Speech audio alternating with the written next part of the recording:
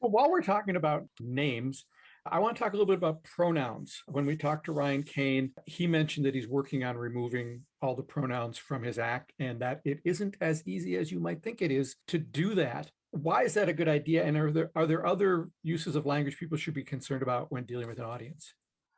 So with pronouns, because today gender is such a fluid, undefined thing where someone could like I identify as a woman, I use she her pronouns, but I have friends that don't identify, they're non-binary, so they use they them pronouns. And when you are a performer, think you have to think about your audience. Every audience member has a balloon above their head, right? And it's a happy balloon. They're so excited to be here. But if you do or say something that makes them not enjoy the show, you pop their balloon and then the rest of the show is tough. So with pronouns, if someone in the audience identifies as non-binary and you gender them with a binary gender, call them a woman, call them, hey, the woman with the red shirt, the man with, that's sitting there, you've popped their balloon. And now they're like, oh, darn.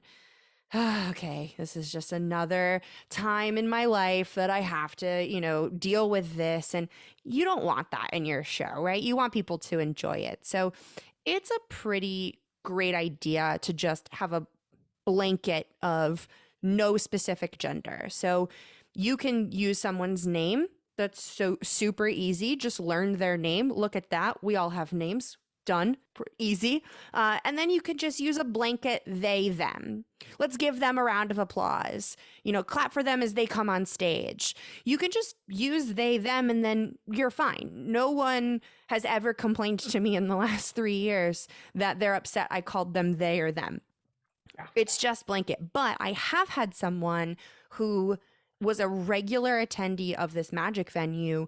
And after my show, I used them as a regular person. Like they were the callback. I went to them a lot. And after the show, they came to me crying because it was the first magic show in like a year of them attending this space where they didn't have to correct someone on their pronouns because they're non binary.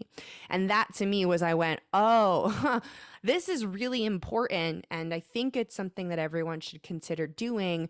Also, in today, when you look at someone, you can't automatically know their gender.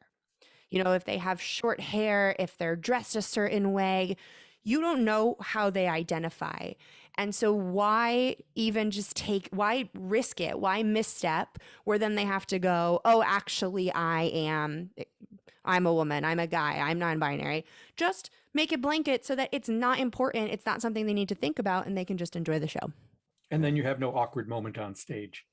Yeah, I did have an awkward moment well before I started Shazam where I called up a kid and I called them a boy and they were like, I'm a girl. And I was like, oh no. And this was well before I even knew what non binary was or pronouns. Like I felt terrible.